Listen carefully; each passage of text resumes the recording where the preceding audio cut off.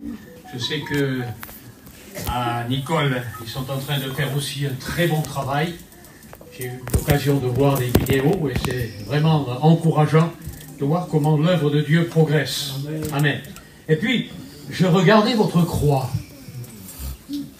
Elle m'a plu. Elle m'a plu. La rusticité et l'authenticité m'a profondément touché. Et les clous que vous y avez mis nous parlent ce soir. Et je vais vous raconter une histoire. Il y a quelque temps de cela, j'étais à Jérusalem. Vous savez qu'à Jérusalem, il y a un quartier, pas très loin de la porte des brebis. Je ne sais pas si certains d'entre vous ont eu l'occasion de se rendre en Israël en voyage. Quels sont ceux qui ont été en Israël en voyage, là, parmi nous? Quelques frères, quelques sœurs éventuellement. Pas nombreux, mais vous avez peut-être tous rêvé de vous rendre à Jérusalem. Eh bien, quand vous êtes à la porte des brebis, quand on est, si vous voulez, sur le mont des Oliviers, et qu'on descend vers la vieille ville de Jérusalem, on a en face de nous la porte des brebis. On dit que c'est par là, éventuellement, que les brebis passaient pour être conduites, donc, à un endroit où elles étaient sacrifiées et donc préparées pour l'Holocauste. La porte des brebis. Et juste à droite, quand vous entrez dans la vieille ville de Jérusalem, il y a la piscine de Bethesda. Vous connaissez tous la piscine de Bethesda. Cet homme qui attendait la guérison lorsque l'ange venait pour faire frémir l'eau de la piscine. Mais hélas, comme il était paralytique et que personne n'était là pour l'aider, eh bien, le premier qui se jetait dans la piscine, eh bien, était guéri, et lui restait toujours sur le bas-côté avec sa pauvre misère et avec sa paralysie. Et puis là, le Seigneur est passé et a guéri cet homme de sa paralysie au bord de cette piscine de Bethesda. Je vous parle de ça, c'est pas le sujet de ma prédication, mais pour vous dire que derrière la piscine de Bethesda, il y a un quartier, tout un quartier, qui longe d'ailleurs le mur de la piscine de Bethesda et le mur de la ville de Jérusalem. Il y a une sorte de montée là. Et là, c'est le quartier gitan. Le quartier des Dômes. Rome, Dôme, ça se ressemble. L'histoire nous dit qu'ils sont là depuis 2000 ans. Ça m'étonnerait, mais eux, c'est ce qu'ils disent. Ils sont là depuis 2000 ans. Selon les historiens et selon les traces que l'on a, on sait qu'ils sont là depuis 300 ou 400 ans. Mais enfin, disons que pourquoi pas. Ils auraient été là au moment de la crucifixion du Seigneur. C'est quelque chose, hein? C'est Rome. Et au moment où le Seigneur a été crucifié, les soldats romains sont allés vers les gitans qui étaient là et qui étaient forgerons. À l'époque, la plupart des Roms, ou des gitans, si vous voulez, de la région donc de Syrie, d'Israël, la Jordanie, dans tous ces pays-là, étaient des forgerons. Ils forgeaient les clous pour, au fond, mettre des fers sous les chevaux de l'armée romaine. Ils forgeaient des armes. Ils étaient forgerons. Et le centenier est arrivé, il leur a donné au fond, un travail à faire. Il leur a dit, tu vas nous forger 4 clous. Voilà l'histoire. 4 clous. Des clous semblables à ceci. C'est pour ça que je vous raconte l'histoire, parce que l'histoire me vient à la mémoire par rapport aux clous que vous avez mis sur votre croix. Et puis, donc ils ont commencé à forger les clous. Puis une vieille grand-mère est descendue dans la ville et elle est arrivée là, à l'endroit où Jésus était dans ce qu'on appelle la Via Dolorosa. Il était là, dans la Via Dolorosa, et qu'il était en train de porter sa croix. Alors elle a couru vers les gitans qui étaient des forgerons et a dit, surtout, ne faites pas 4 clous. Oui, mais on nous a dit de faire 4 clous. N'en faites que 3. N'en faites que 3. Pour pas que cet homme souffre trop, parce que véritablement, il n'est pas comme les autres, cet homme-là. Ils avaient forgé des clous pour tous les crucifiés des Romains qui, à l'époque, suppliciaient, si vous voulez, les gens. Alors, ils n'ont forgé que 3 clous. Ils ont volé le 4e clou. C'est l'histoire des gitans. Ils ont volé le 4e clou. À savoir si vous ne l'avez pas dans votre poche, ou ce clou-là. À savoir. Ce clou-là, il court encore partout. Les gitans disent qu'ils se le passent les uns aux autres en famille. du grand-père au petit-fils, du petit-fils à l'arrière, ainsi de suite. Tout le monde se passe ce clou. Parce que pour eux, c'est la bénédiction. Ils ont évité que Jésus ne souffre trop en le laissant crucifier par 3 clous. Vous voyez, il n'y en a que 3. Où est-ce qu'il est le 4e? Alors ils ont été obligés, les Romains, de mettre les 2 pieds l'un sur l'autre pour n'utiliser qu'un seul clou, parce qu'il manquait un clou pour crucifier les 2 pieds. Voilà la légende, l'histoire, qui est jolie, mais qui n'a rien, et qui ne tient pas debout, et qui n'a rien de biblique.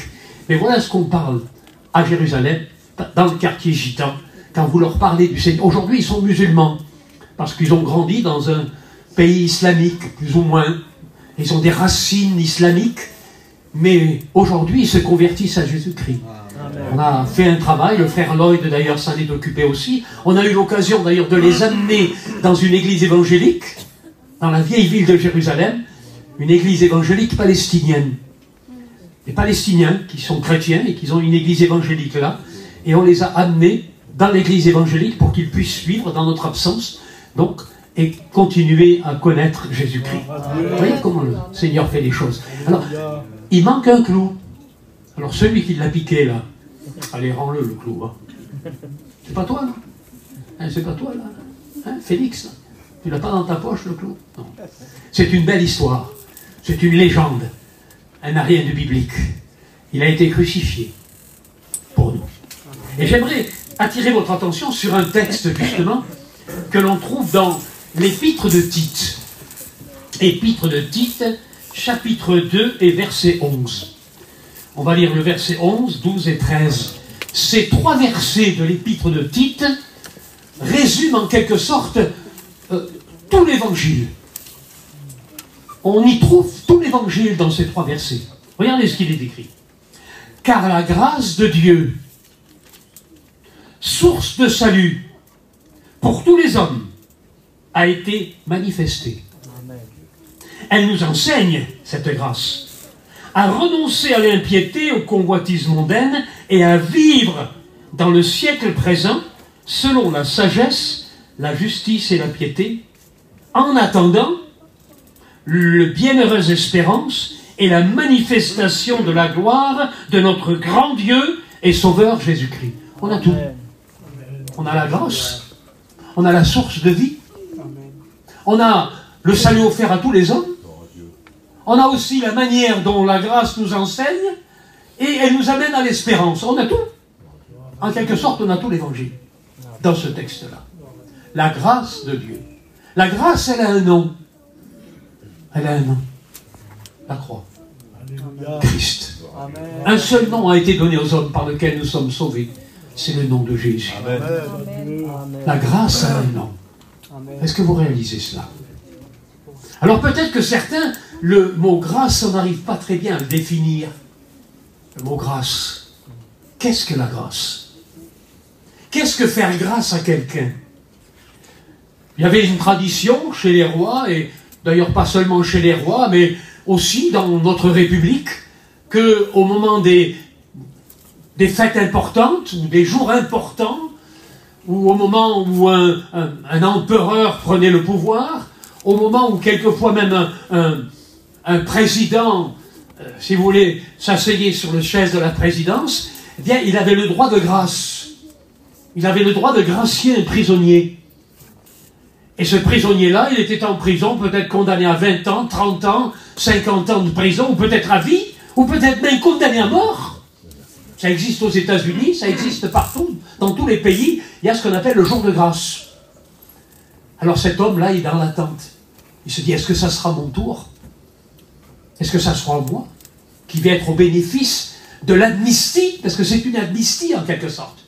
On oublie la faute, on oublie le jugement, on oublie le tribunal, on oublie la sentence, on oublie la peine, et on dit maintenant tu es libre, tu peux sortir. C'est ça la grâce. Est-ce que vous comprenez ce que je veux dire? C'est ça l'amnistie. T'es coupable, il n'y a pas de problème. T'as été jugé coupable. T'es condamné, t'as été condamné. T'es condamnable. T'es même condamnable à mort. Pourquoi pas? La chaise électrique en Amérique. D'accord. Mais le président a dit, tu sors. Vous croyez que celui qui est condamné sur la chaise électrique va dire non, moi je sors pas. Je suis bien là. Je suis bien en prison. Non. Il reçoit la lettre. Je ne sais pas, l'officier le responsable, le secrétaire même du président peut-être, ou un avocat spécialisé dans ce domaine, ou peut-être un juriste, je ne sais pas quel était le personnage qui était là pour amener la grâce à celui qui était en prison, ou celui qui était condamné à mort. Mais il avait la lettre du roi, le tampon du roi, le sceau du roi, ou éventuellement la signature du président, et il arrivait dans cette cellule où était le condamné, et il dit, j'ai quelque chose pour toi, j'ai un cadeau pour toi. Qu'est-ce que c'est? Regarde, tu sais lire? Tu es gracié, tu es amnistié, tu peux sortir de prison. Il dit, non, monsieur, non, rigolo, laissez-moi tranquille, j'aime ma vie, je suis bien comme ça. Je me suis fait des copains, ça fait 20 ans que je suis là, maintenant je suis bien, tout ce que je veux faire dehors, ça ne me sert plus à rien, c'est fini, je préfère terminer ma vie là. Vous croyez que c'est comme ça qu'il va réagir, le gars? Vous croyez que c'est comme ça? Il va sauter sur l'occasion. Il va dire, c'est pas possible, mais je sors tout de suite. Laisse la porte ouverte, je sors avec toi. Il ne va pas attendre une seconde. Il ne va pas laisser une seconde de réflexion pour rester encore, peut-être envisager de rester dans cette cellule dans laquelle il est condamné à vie. Mais pas du tout. Il va sauter sur l'occasion qui lui est offerte. Il va sortir de prison. C'est ça la grâce. C'est ça ou c'est pas ça? C'est ça la grâce. Mais la grâce de Dieu est différente. Parce que, si vous voulez, même si la grâce est un cadeau, pour Dieu, il fallait qu'elle soit payée, cette grâce-là. Il faut la payer. Un seul, lorsqu'un président prenait le pouvoir, ou un roi prenait le pouvoir, ou éventuellement il y avait une manifestation spéciale, ou un jour, un événement spécial, une seule personne était au bénéfice de la grâce. Une seule personne. Mais là, Dieu fait grâce à tous les hommes. C'est la parole de Dieu qui le dit. La grâce de Dieu, source de salut, non pas pour un seul individu, même si c'est individuellement que l'on bénéficie de la grâce, c'est chacun pour soi que Dieu nous donne la grâce, c'est pour tous. C'est-à-dire c'est chacun pour soi et pour tous. C'est formidable ça. Chacun pour soi et pour tous. Parce que si elle n'aurait eu qu'un, laissez-moi vous dire une chose, on se serait bousculé au couloir. Mais c'est pour tous. Tu n'as pas besoin de te bousculer au couloir, tu peux la saisir, cette grâce. Elle t'est offerte. Tu peux sortir de ta cellule. La prison va se vider. Est-ce que vous réalisez cela? La prison va se vider. Comme si le roi, d'un seul coup, décidait non pas de faire grâce à une personne, mais d'aller à la porte de la prison, prendre un porte-voix et dit « Ouvrez toutes les cellules de la prison, je veux maintenant que tous les prisonniers soient libérés. » Mais c'est ça la grâce. Je veux que tous les prisonniers soient libérés. Oui, mais lui, il a entendu ce qu'il a fait. Il a fait des crimes, il a été un voleur. Il est condamné à 10 ans. C'est même pas la peine. Il est récupérable. Je veux gracier tous les hommes. Le pouvoir du roi ou du président ou du responsable du pays avait le pouvoir de libérer tous les hommes. Il ne le faisait pas. Hein. Il se contentait de libérer un. Mais c'est ça la grâce. Source de salut pour tous les hommes. Alors la grâce des hommes, elle ne change pas l'homme. Parce que le gars qui sortait de prison, ça ne veut pas dire qu'il était changé. Il était capable de retomber le lendemain. Il était capable de faire la même bêtise le lendemain. Mais la grâce que Dieu nous offre, elle est tout à fait différente. Elle est une source de salut. C'est-à-dire elle donne une nouvelle vie. Elle donne un salut. Elle donne un espoir, cette grâce-là. C'est ça qui est formidable. C'est en quelque sorte le produit de l'amour de Dieu qui va transformer notre cœur et qui va nous faire faire l'expérience de la nouvelle naissance. La grâce est une source de salut. C'est-à-dire qu'il y a quelque chose qui va jaillir dans mon cœur, une nouvelle vie qui va jaillir dans mon cœur. D'abord, le Seigneur le dit, celui qui boit de l'eau là, de ce puits, il le dit à la Samaritaine, chapitre 4 de l'évangile de Jean, il aura encore soif. Et l'eau que je lui donnerai sera une source d'eau, une source vivante, une source vivifiante qui jaillira jusque dans la vie éternelle. Vous voyez pas ce que c'est que la grâce de Dieu? On pourrait, disons, doctrinalement parlant, déballer ce que c'est que la grâce, c'est vrai. Mais je veux rester très simple ce soir. Je ne veux pas faire de doctrine. Je veux vous parler simplement et vous dire que cette grâce-là, elle est en Jésus, en Christ. Pourquoi je dis ça? Parce qu'il est dit, la grâce de Dieu, c'est la grâce de Dieu. C'est Dieu qui fait grâce. Ce n'est pas la grâce des hommes. Les hommes ne font pas grâce. En général, l'homme reste toujours avec un cœur amer. Il pardonne, oui, c'est vrai, parce qu'il faut bien pardonner de temps en temps pour essayer de régler nos petits problèmes, mais il reste un ressentiment dans le cœur. Je pardonne, mais tu sais, je ne veux pas le voir. Hein. Qui change de trottoir quand il me voit.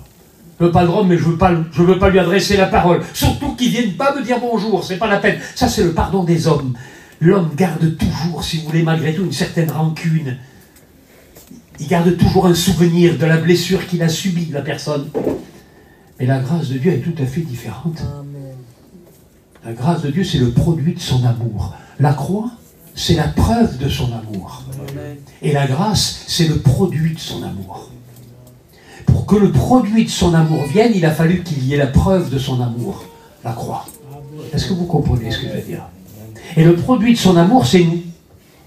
C'est toi, c'est moi, qui avons vécu la grâce. La grâce a produit quelque chose en nous. Elle a produit la nouvelle vie. Elle a produit l'espérance. Amen.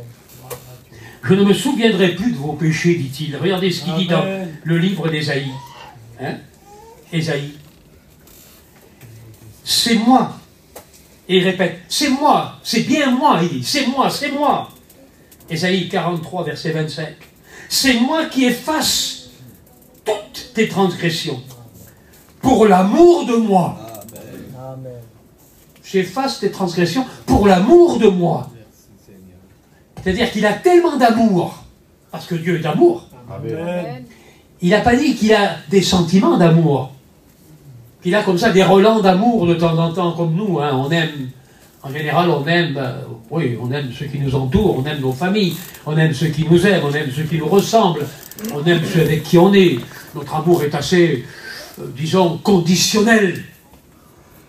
Il est conditionnel. Et pourtant, l'amour de Dieu, lui, il n'est pas conditionnel. Amen. Il n'est pas conditionnel. Gloire à Dieu. C'est, en grec, c'est ce qu'on appelle l'amour agapo. Ça ne veut pas dire grand-chose pour vous, cet amour agapo. Mais c'est l'amour inconditionnel de Dieu. Amen. On pourrait dire que une mère a l'amour agapo dans son cœur. Je vais vous dire pourquoi. Parce qu'elle est capable de se jeter dans le feu pour sauver son enfant. Ça, c'est l'amour agapo. Et c'est ce que Jésus a fait. Il s'est jeté sur la croix.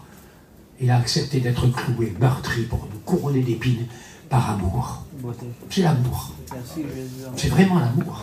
Est-ce que vous comprenez ce que je veux dire? Il dit, c'est moi, il dit. Il répète 2 fois, c'est moi, qui efface tes transgressions pour l'amour de moi, et je ne me souviendrai plus de tes péchés. Alors ça, c'est extraordinaire. Je ne me souviendrai plus de tes péchés.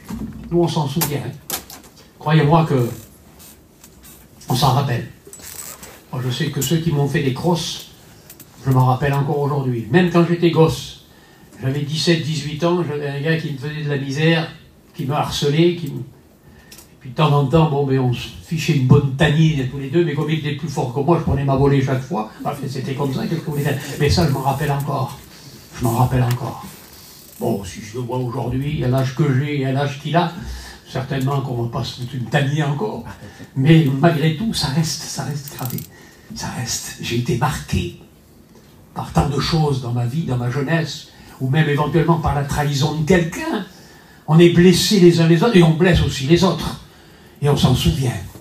Quand on a été blessé, les cicatrices restent. Et croyez-moi qu'à cause du péché, à cause de notre misère, on en a fait des cicatrices au Seigneur. Combien de fois je l'ai blessé? Combien de fois je l'ai blessé? Combien de fois j'ai meurtri son cœur? Combien de fois je l'ai fait pleurer? Et la Bible dit que il ne s'en souvient plus. Il ne s'en souvient plus. J'efface tes transgressions et je ne m'en souviens plus. Ça, c'est la grâce. La vraie grâce. C'est pas celle du roi qui va dire, tu sors de prison, mais n'oublie pas, de toute façon, tu as ton casier judiciaire. Là. C'est marqué, là. Ah, ça arrive, ça. Hein. Quand tu as fini ta peine, tu as fait tes 3 ans de prison pour escroquerie, et puis le juge, il te dit, de toute façon, c'est bon, vous avez payé 3 ans de prison, c'est bon, il n'y a pas de problème, vous sortez. Mais n'oubliez pas, vous êtes marqué à l'encre rouge sur votre casier judiciaire. Laissez-moi vous dire une chose, vous avez pu commettre le plus vilain péché de la terre, vivre dans la misère la plus complète, avoir fait ce que vous avez fait, je n'en sais rien, je n'ai pas à juger, et je n'ai pas à dénoncer quelque péché que ce soit qu'un homme peut commettre, parce que c'est pas beau. Mais laissez-moi vous dire une chose. Dans le ciel, il n'y a pas de casier judiciaire. Il n'y a pas de casier judiciaire. Il n'y en a pas. Pourquoi? Parce que la Bible dit que ceux qui sont en Jésus-Christ sont pardonnés. Sont pardonnés, mais du pardon de Dieu. C'est-à-dire que leur péché est effacé. C'est fini. Il n'y en a plus. C'est pas possible. C'est pas possible. Mais ce que j'ai fait là, il y a quelques temps, là, ce que j'ai fait il y a quelques années, là, toutes les vilaines misères que j'ai fait, j'ai toujours râlé. Oui, mais c'est fini. Comment? C'est pas possible. Si, c'est fini. Le sang de Jésus nous lave. Il nous purifie de tout péché. C'est lavé. Comme si vous auriez mis de la javel dessus, là. Plus rien. Plus rien. Disparu. Comme la soude caustique fait disparaître et fondre les choses. Pareil. Est-ce que vous comprenez? Mais c'est plus que cela. Parce que la soude caustique et l'eau de javel et le nitre ne pourraient jamais laver les péchés. C'est la Bible qui le dit. Mais seul le sang précieux de Jésus peut laver de tout péché. La grâce de Dieu. Source de salut pour tous les hommes. Source de salut. Le salut est là ce soir. Symbolisé par la croix. Ce n'est qu'un bon morceau de bois. On n'est pas là pour adorer la croix, on n'est pas là pour adorer le bois. On adore en esprit et en vérité celui qui a été cloué sur le bois. On n'adore pas la bois. On n'est pas des adorateurs du bois. On n'est pas des adorateurs de la croix. On est des adorateurs de Jésus. En esprit et en vérité. Parce qu'un seul nom a été donné aux hommes par lequel nous sommes sauvés. C'est le nom merveilleux de Jésus. C'est pas les saints. C'est pas Saint Paul. Moi, je prie pas Saint Paul. J'honore ces hommes-là. Je les suis comme des exemples. Paul, Pierre, Philippe, Jacques, Jean, les apôtres, les pères de l'Église, les martyrs qui ont jalonné les 2000 ans d'histoire de l'Église. Je les honore, mais je ne les prie pas. Ce ne sont pas mes intercesseurs. Ils ne sont pas mes médiateurs entre Dieu et moi quand j'ai un problème. Même Marie, elle est gentille. Elle a été la servante du Seigneur. Elle l'a dit elle-même, je suis la servante du Seigneur. Et je la respecte. Et je voudrais que toutes les femmes puissent suivre son exemple. Soumission. Soumission. Soumission. Discrétion. Amour. Patience. Ça ne devait pas être facile pour elle de penser que son fils allait être crucifié. Ça ne devait être pas facile pour elle. La patience. Mes sœurs, dans l'épreuve, soyez patientes. Soyez patientes. Prenez pour exemple toutes les femmes de la Bible qui ont été patientes dans l'épreuve et qui ont marché fidèlement avec le Seigneur. Que des beaux exemples on a dans la Bible. Que des beaux exemples. Oui, la grâce. La grâce, c'est pour tous les hommes. Alors vous allez dire, et les femmes alors? Oui, mais quand la Bible parle d'hommes, elle inclut les femmes. Je dirais que on pourrait traduire ça par la grâce, elle est pour tous les humains. Petits, grands, jeunes, vieux, femmes, hommes, jeunes filles, femmes mariées, pour tous les hommes, pour tous les humains. La grâce de Dieu, elle est offerte à tous les hommes. C'est le cadeau de Dieu pour tous les hommes. Pour toi ce soir. La grâce de Dieu est offerte, spécialement pour toi. Il ne faut pas le privilège qu'on a dans cette soirée de pouvoir partager cette promesse merveilleuse, à savoir que la grâce de Dieu, elle est pour tous les hommes, tous les hommes, tous les humains, dans tous les pays du monde. J'ai eu l'occasion de voyager dans 42 pays dans le monde.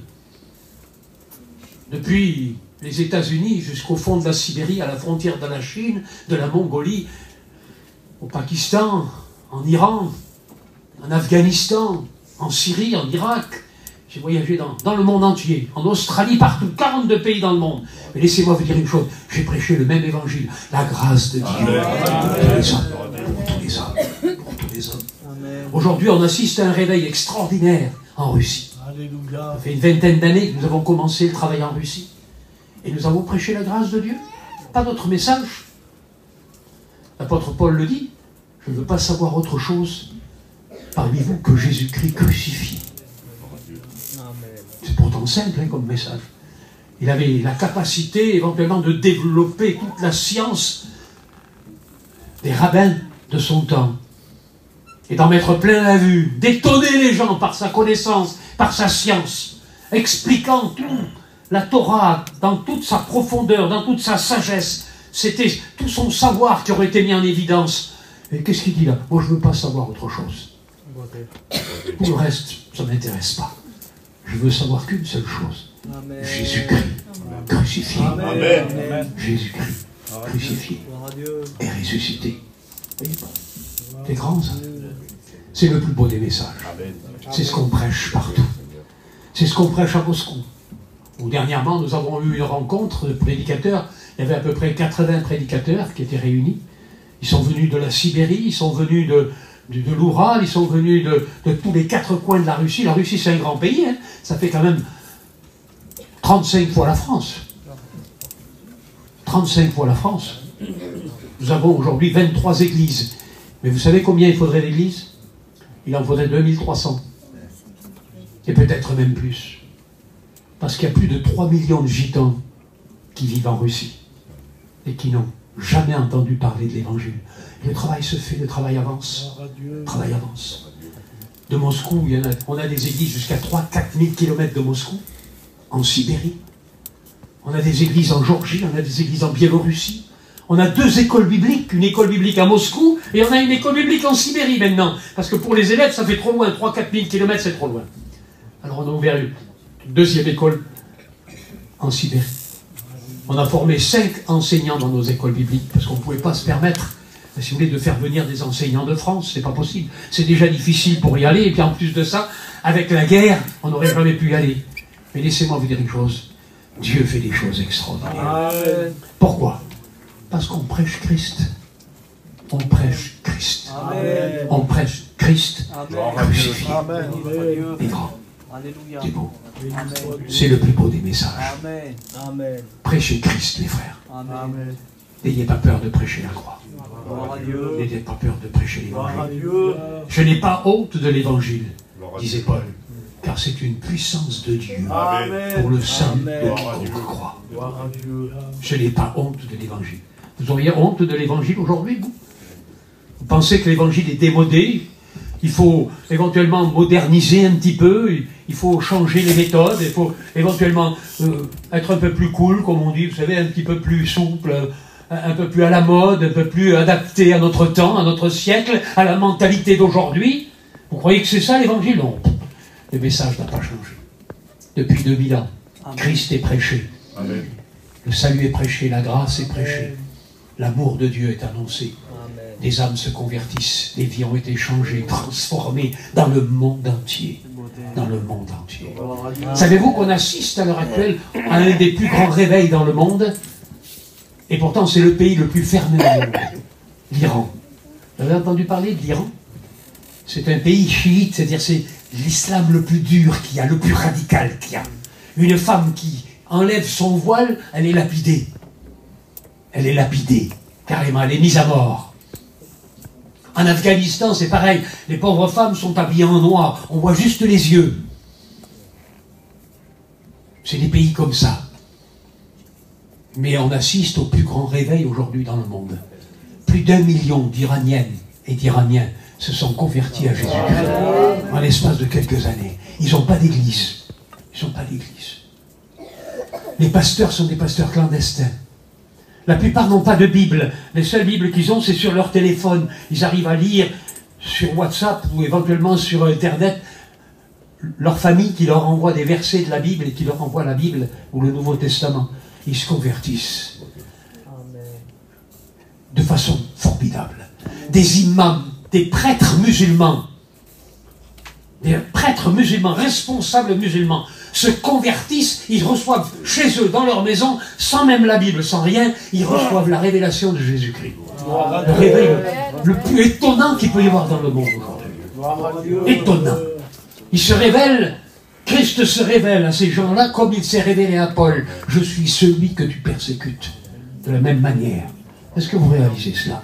Mais c'est ça, la grâce de Dieu, source de salut pour tous les hommes. Béni soit l'agneau. Tous les hommes. Amen. Moi, je me réjouis de voir que dans chaque pays, il y a une église de voyageurs. Regardez ici. Regardez à côté. Regardez pas loin à Villeneuve. Regardez un peu plus loin, là, à Langon. Et à la Réole. Et partout, partout, partout. Dieu agit. Dieu agit. Parmi le peuple zigane, Dieu agit. J'ai l'occasion de voyager. Là, je pars pour les États-Unis. Pour un mois, toute une tournée que je fais. Parce que je suis invité là-bas, dans les églises de voyageurs. Si vous voyez ce qui se passe, les voyageurs se convertissent de tous les côtés. Il y a des églises extraordinaires. Dieu agit. Amen. La grâce de Dieu, source de salut pour tous les hommes. Amen. Pour le plus méchant, le plus mauvais, le plus pécheur, le plus grand criminel de la terre, le plus violent qu'il peut y avoir. L'apôtre Paul le disait d'ailleurs, j'étais un violent, j'étais un rebelle. Je persécutais les chrétiens. Imaginez-vous, il était méchant, hein, Paul. Il persécutait les chrétiens. Il a assisté à la lapidation d'Étienne. Il a approuvé la lapidation d'Étienne. Pour lui, c'était le jugement de Dieu qui tombait sur cet homme qui prêchait Christ. Et pour lui, il avait l'impression de servir Dieu. Il était convaincu qu'il servait Dieu en persécutant les chrétiens. Il a été brisé sur la route. La grâce de Dieu pour tous les hommes, même pour Paul, même pour le plus méchant, pour le plus dur. La grâce de Dieu pour toi ce soir. Tu n'es pas si méchant que Paul, toi. Tu as une petite vie un peu délabrée, mais en fait, c'est pas grave. Tu n'es pas si méchant que ça. Si seulement tu pouvais te repentir et dire, Seigneur, fais-moi connaître ta grâce. Fais-moi connaître ta grâce. C'est beau la grâce. C'est formidable la grâce. La grâce est là ce soir. Parce que la grâce, c'est une personne, je vous l'ai dit. C'est la personne de Jésus. Alléluia. Il y a 3 jours de cela, nous avons fêté Noël. Bon, c'est vrai que Noël, bon, nous fêtons ça le 25 décembre. Je doute que Jésus soit né un 25 décembre. En fait, c'est pas grave que ce soit le 25 décembre ou une autre date, c'est pas important. Toujours est-il, c'est qu'on se souvient qu'il est venu. Il est venu. Et d'ailleurs, je lisais tout à l'heure un texte d'Ésaïe. Regardez ce qu'il dit. Eh oui, annoncé 500 ans avant la naissance de Jésus par le prophète Ésaïe, au chapitre 9 et verset 5. Car un enfant nous est né. Un enfant nous est né. L'enfant est né. Qui aurait cru que cet enfant était porteur de grâce? Quand il est né, c'était un petit bébé comme les autres. Un enfant nous est né. Un fils nous est donné. Un fils nous est donné. Et la domination reposera sur son épaule. On l'appellera, comment on va l'appeler? Admirable. Admirable. Admiré. Admirez-le ce soir. Dans son amour, dans sa bonté, dans sa miséricorde, dans sa souffrance, dans le don de sa vie. Admirable. Conseiller. Si vous avez un problème, il est là pour vous conseiller, pour vous soutenir. Dieu puissant. Il manifeste toute la puissance de Dieu, tout le pouvoir de Dieu, pouvoir de guérison, pouvoir de salut, pouvoir de grâce, pouvoir de vie. On l'appellera Père éternel. T'as pas besoin d'un père ce soir? Comme un enfant qui a besoin de se réfugier pour trouver du réconfort. Quand un enfant se blesse, vers qui il court? Il court vers son père ou vers sa mère. Papa, j'ai mal. Et le père le prend, le serre dans ses bras, le console. Quand il se trouve dans les bras du Père, il n'a plus peur de rien. On l'appellera Père. On l'appellera Père éternel, Prince de la paix. Vous voyez qu'on n'a pas besoin de paix aujourd'hui dans le monde dans lequel on vit. Il suffit de tourner le bouton de la télévision, on ne parle que de guerre, que de violence. Il n'y a jamais eu autant de violence qu'aujourd'hui. Les prisons sont à 130% pleines. C'est-à-dire qu'il y a 30% de plus de gens dans les prisons que les prisons ne peuvent en recevoir. Les prisonniers dans les prisons, dans les cellules, sont à 3, 4 alors qu'ils devraient être à 2. Ou 3 peut-être maximum. Tellement qu'il y a de la violence aujourd'hui. Tournez le bouton de la télévision, il y a de la violence. On prend une voiture, on rentre à fond dans le marché de Noël en Allemagne, comme ça s'est fait d'ailleurs dans d'autres situations, et on tue des gens gratuitement, pour rien. Pour rien. Pour rien. La violence règne. Exactement comme du temps de Noé. Il y avait de la violence sur la terre. C'est la Bible qui le dit. Il y avait de la violence sur la terre. Et aujourd'hui, on n'a jamais autant de violence que depuis quelques années. Bon, écoutez, Je vais arriver à 80 ans, j'ai connu les années 60, les années 70, j'ai connu tous ces temps-là, les années 80 même. J'ai jamais eu autant de violence qu'aujourd'hui. Ou alors je ne sais pas, c'est parce qu'on en parle plus aujourd'hui, mais il n'y avait pas autant de violence. Je parle à des hommes ici, vous êtes jeunes, vous avez 50, 60 ans au maximum, mais moi j'ai 80 ans, et j'ai connu la vie, j'ai connu ce qui se passait il y a quelques années de ça, mais il n'y avait pas autant de violence qu'aujourd'hui. Vous entendez des choses que ça paraît incroyable, des choses épouvantables, des crimes épouvantables, des vols, des meurtres et tout ce que vous voudrez. Il n'y a jamais eu autant de violence qu'aujourd'hui. On a besoin de paix. Plus que jamais, nous avons besoin de paix. Il y a des guerres. Regardez ce qui se passe. Regardez ce qui se passe en Syrie. Des milliers de morts. Au Liban, des milliers de morts. À Gaza, des milliers de morts. Moi, je prie tous les jours. Savez-vous pour qui je prie? C'est vrai que je prie pour Israël, pour la paix d'Israël, pour la paix de Jérusalem. Je prie pour le peuple de Dieu. Mais savez-vous pour qui je prie aussi? Pour nos frères et sœurs chrétiens, évangéliques de Gaza. Il y avait 4 églises évangéliques à Gaza, dans la bande de Gaza. Où sont-ils, les chrétiens? Moi, j'ai connu des pasteurs qui étaient là-bas. Où sont-ils aujourd'hui, ces chrétiens? Sont-ils en vie? Leur église a-t-elle été détruite? Des chrétiens ont-ils été assassinés? On ne sait pas.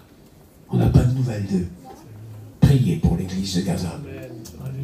Priez pour l'église palestinienne de Jérusalem, qui reçoit les gitans et qui leur prêche l'évangile. Priez. Priez pour nos frères et sœurs d'Iran. Priez pour nos frères et sœurs de Corée du Nord. La Corée du Nord, c'est le pays le plus fermé au monde. Aujourd'hui, les Coréens ont envoyé des milliers, des dizaines de milliers, près de 30 000 soldats pour faire la guerre. Tous des jeunes qui ne savent même pas se battre, ils ne savent même pas tenir un fusil. Ils se font massacrer sur les lignes entre la Russie et l'Ukraine. Pour rien, pour rien, pour rien. Pour la violence, pour l'orgueil, pour la méchanceté des hommes, pour la vanité des hommes. Le monde est foutu. Le monde est fichu. Si ce n'est pas le Seigneur qui vient pour régner sur la terre, c'est fini. Le monde ne peut pas être réparé, arrangé, changé. Il faut que ce soit la puissance de Dieu qui le fasse. Prions pour l'Église persécutée. Prions pour nos frères qui souffrent. Que la grâce de Dieu se répande. Que les âmes soient sauvées. Arrachez-les du feu, dit la parole de Dieu. Il faut annoncer Jésus-Christ. Prêchez l'évangile à vos familles. Le temps est court. Le Seigneur revient bientôt. Il vient prendre son Église. Quelle responsabilité nous avons! Quelle responsabilité nous avons! Je pensais à ça, moi. Je ne sais pas combien de temps le Seigneur va me donner encore à rester sur la terre, j'en sais rien, moi. Peut-être 1 an, 2 ans, 3 ans, j'en sais rien. Mais je n'ai qu'une ambition, je n'ai qu'un désir. Je n'ai qu'une vision. En arracher le plus possible du feu. Est-ce que vous comprenez ça? Je fais tous mes efforts pour la Russie. C'est pas facile avec la guerre. L'autre jour, nous étions à Koursk. Vous avez entendu parler de Koursk à la télévision? Ça bombarde de tous les côtés là-bas. On a une église là-bas. On a une église à Koursk. On a fait un séminaire. Pendant qu'on faisait le séminaire, les drones passaient au-dessus de la tête. Les missiles tombaient là-bas dans l'aéroport de Koursk. Mais on était là, on était dans le séminaire, on continuait à prier, on continuait à enseigner la parole de Dieu. On avait à peu près 250 personnes au séminaire et Dieu agissait de façon extraordinaire. Personne n'avait peur. Personne n'avait peur. Quand on est entre les mains du Seigneur, on n'a pas peur. Il est là pour nous garder. La grâce de Dieu, c'est écrit ici, dans ce texte, la grâce de Dieu, source de salut pour tous les hommes, a été manifesté. Le mot manifesté, ça veut dire rendu visible, matérialisé. Est-ce que vous comprenez ce que je veux dire? Rendu visible. C'est-à-dire qu'elle était cachée, elle était auprès de Dieu, dans la présence du Père, et le Père a dit, mais qui enverrai-je? Qui enverrai-je? Qui pourra faire quelque chose pour sauver ce peuple? Et Christ a dit, me voici, ô Dieu, pour faire ta volonté. Et il est venu. Comme nous l'avons lu tout à l'heure, il s'est fait homme. Un enfant nous est né, un fils nous est donné. Il a fait la volonté du Père. Je dirais que les 3 clous représentent quelque chose pour nous. Parce que, qu'est-ce qui retenait Jésus à la croix? Vous croyez que c'est les 3 clous forgés par les gitans qui retenaient Jésus à la croix? Non, non, c'est pas ça. Ce qui reconnaît Jésus à la croix, c'était un clou invisible, que j'appelle le clou de l'obéissance. Le clou de l'obéissance. Me voici, ô Dieu, pour faire ta volonté. Amen. Non pas ma volonté, mais la tienne, Père. Il a été jusqu'au bout, jusqu'à la mort et à la mort de la croix. Il s'est humilié lui-même, nous dit la parole de Dieu. Le clou de l'obéissance. C'est ça qui retenait Jésus à la croix. Ce n'est pas les clous de fer ressemblant à cela qui retenaient Jésus à la croix. Rien ne pouvait retenir Jésus à la croix. Une seule parole et des légions d'anges seraient venus pour qu'il descende de la croix. Non. Il fallait. Il dit, ma vie, personne ne la prend. Personne ne la prend. Jésus, ce n'est pas un martyr. Un martyr, on lui prend sa vie. Un jour, je parlais avec des musulmans. Et puis, ils me disaient, tu sais, nous, on a des martyrs, t'as vu? Alors, il dit, qu'est-ce que c'est les martyrs chez vous? Mais t'as vu, il se met une ceinture avec des bombes, et puis il rentre au milieu de la foule, et puis il met les bombes, et ça y est, il explose. Ah, c'est un martyr pour Allah, il s'en va au ciel. Et puis là, je ne sais plus combien de vierges qu'il attend. Ah, c'est beau, hein? Beauté, hein? Beauté. Et je dis, moi, Jésus, c'est pas un martyr. Et pourtant, si, il a été crucifié. Non, non. Un martyr, c'est quelqu'un qui est un criminel chez vous. C'est un tueur. Il meurt pour tuer. Jésus, lui, il est mort pour donner la vie. Amen. Je dis, c'est ça la différence. Et en plus de ça, Jésus, personne ne lui a pris sa vie. Et s'ils l'ont pris, ils l'ont crucifié. Non, non, mais s'il aurait voulu, personne n'aurait pris sa vie. Mais c'est lui qui l'a donnée. Moi, ma vie, personne ne la prend, c'est moi qui la donne. C'est Jésus qui a dit ça. Alors quand j'ai dit ça, il dit, oui, c'est vrai alors. Non, je dis non. Jésus, c'est pas un martyr, c'est le Korban. Vous savez ce que ça veut dire, Korban? Korban, c'est l'Holocauste. C'est l'agneau immolé. C'est le sacrifice. Korban. C'est ce que je disais d'ailleurs quand j'étais en Iran. Issa Korban. Jésus, c'est le Korban. C'est l'agneau immolé pour le sacrifice. Est-ce que vous comprenez? C'est ça la différence. Le clou d'obéissance. Et puis il y avait un deuxième clou qui tenait Jésus à la croix. Pas un clou de fer. C'était le clou de l'amour. Le clou de l'amour. C'est ça qui tenait Jésus à la croix. Je ne peux pas descendre de la croix. Parce que les soldats ou les hommes qui étaient là, regardant Jésus, mais descends de la croix, descends de la croix. Et si tu descends de la croix, alors on va croire en toi. Non, je ne peux pas descendre de la croix. Ah bien sûr, tu es cloué. Non, ce n'est pas des clous de fer qui me retiennent, c'est le clou de l'amour qui me retient. Le clou de l'amour me retient à la croix. Le clou de l'obéissance, le clou de l'amour. Puis il y avait un troisième clou. Je l'appelle le clou du pardon. Parce qu'il a été cloué pour nos iniquités. Il a été percé pour nos iniquités, pour nos péchés. Le clou du pardon. Voilà les 3 clous de la grâce. L'obéissance, l'amour et le pardon. Est-ce que vous comprenez ça? C'est ça. La grâce de Dieu, source de salut pour tous les hommes, a été manifestée à la croix. Elle a été prouvée à la croix. Et en continuant ce texte, parce qu'on a encore 10 minutes, il nous est dit que la grâce nous enseigne. Ah, la grâce nous enseigne. C'est-à-dire que la grâce, elle doit produire quelque chose en nous, et pour qu'elle produise quelque chose en nous, elle nous enseigne. C'est-à-dire qu'en définitive, elle nous exhorte. Elle nous montre le chemin. Elle nous montre la volonté de Dieu. Elle nous enseigne. Quand on enseigne quelqu'un, c'est pour qu'éventuellement il puisse mettre en pratique ce que l'on lui enseigne. La grâce nous enseigne. Et qu'est-ce qu'elle nous enseigne? À renoncer.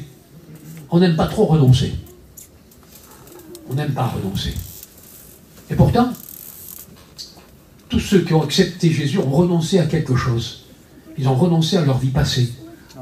Renoncé au péché qui nous environne si facilement. Renoncer aux œuvres mortes. Renoncer à l'idolâtrie pour certains. renoncer à leur caractère, renoncer. Ça veut dire quoi renoncer?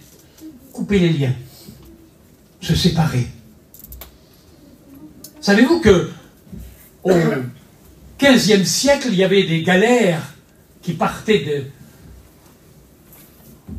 d'Espagne, comme Christophe Colomb l'a fait, et qui partaient vers les Amériques, vers l'Amérique du Sud, vers les pays à découvrir, les nouveaux pays. C'était des pays extrêmement riches, il y avait de l'or, des pierres précieuses. Alors, le roi envoyait ses goélettes, ses bateaux, avec des soldats pour les envoyer justement dans ces pays-là. Ils arrivaient sur les plages. Et savez-vous ce qu'ils faisaient? Parce qu'il y avait de l'adversité, parce qu'il y avait des combats, parce qu'il y avait aussi des indigènes dans ces pays-là. Il fallait se battre. Parce que l'or ne se ramassait pas comme ça, il fallait se battre pour arriver à dominer le pays et puis prendre les richesses du pays. Savez-vous ce qu'ils faisaient? Il y en a un notamment qui s'appelait Fernando Cortés. Savez-vous ce qu'il a fait? Dès que les bateaux sont arrivés, et que tout le monde a débarqué des bateaux, il a mis le feu aux bateaux. Il a brûlé les bateaux. Pourquoi? Pour pas que les soldats et les marins aient envie de retourner, mais qu'ils restent là, dans le pays. Je vais vous dire une chose. Dans la vie chrétienne, il faut savoir brûler le bateau pour ne pas retourner en arrière. Amen. La Bible nous appelle à renoncer à l'impiété, aux œuvres mortes, aux choses qui nous tenaient avant. Peut-être à l'alcool, à la drogue, à la misère, à la violence, au mensonge, au péché, à toutes ces choses qui faisaient notre vie autrefois. La grâce de Dieu, elle nous enseigne à renoncer. C'est pas elle qui va nous retirer cela, mais c'est la grâce qui nous dit comment il faut faire. Amen. Il faut faire tout simplement les déposer au pied de la croix et dire Alléluia. Seigneur, libère-moi de ces choses. Je ne veux plus. Je renonce à ces choses. Et par la grâce de Dieu, vous allez remporter la victoire et être plus que vainqueur sur toutes vos passions, sur le péché qui nous environne facilement et qui tient notre vie dans l'esclavage. Est-ce que vous comprenez? La grâce de Dieu, elle nous donne de l'intelligence pour refuser les choses de la vie qui ne sont pas correctes. Elle nous dit même à renoncer à ce siècle présent. Il y a des choses dans ce siècle présent où il nous faut renoncer. On a renoncé, on doit renoncer. Il faut renoncer. Est-ce que vous comprenez ce que je veux dire? Quand on est un chrétien, il y a des choses auxquelles on a renoncé. Moi, j'ai renoncé. Je connais des hommes qui étaient des hommes qui vivaient dans le péché jusqu'au cou, dans le mensonge, dans l'hypocrisie, dans le trafic, dans tout ce que vous voudrez. Le jour où ils se sont convertis, ils ont renoncé. Ils ont brûlé le bateau. Allez, ça c'est fini. J'en veux plus. Je ne retournerai pas en arrière. Je ne veux pas retourner en arrière. Je ne veux pas. Si tu as compris ce que c'est que la grâce, tu seras capable de renoncer. Amen. Je vais vous dire pourquoi. Parce que renoncer, c'est une preuve d'amour. Amen. Renoncer, c'est une preuve d'amour. Quand deux jeunes se fréquentent, un garçon et une fille, et qui décident de se marier, la preuve d'amour qu'ils vont se donner réciproquement, c'est qu'ils vont renoncer à leur famille. C'est la Bible qui le dit. Déjà dans le livre de la Genèse, il quittera son père et sa mère pour s'attacher à sa femme. La preuve d'amour, c'est de renoncer. Alors c'est fini pour toi, hein, ma petite. On va se marier, d'accord? C'est fini pour toi, hein. La maman et le papa, hein, c'est fini. Oui, on ira les voir, il n'y a pas de problème. On ira en mission avec eux. Mais tu as ton foyer, tu es marié, tu as ton chez-toi, tu renonces. Est-ce que vous comprenez ce que je veux dire? Amen. Et si celui qui épouse une fille, ou la fille qui épouse un garçon et qui ne veut pas renoncer, mais ça sera des problèmes dans la famille. On ne peut pas cohabiter avec la famille. Chacun chez soi. On est content de se retrouver, on est content de passer Noël ou les Nouvel An ensemble. Mais moi, je vis pour ma femme et ma femme vit pour moi. Amen. Et mes parents, c'est mes parents. Bon, ils ne sont plus là aujourd'hui, mais pendant des années, ils étaient encore là. Et on était content de se voir. J'aimais mes parents. Ça ne veut pas dire que j'aime pas mes parents, mais j'ai renoncé à ce que j'avais comme attache aux liens familiaux par amour pour ma femme.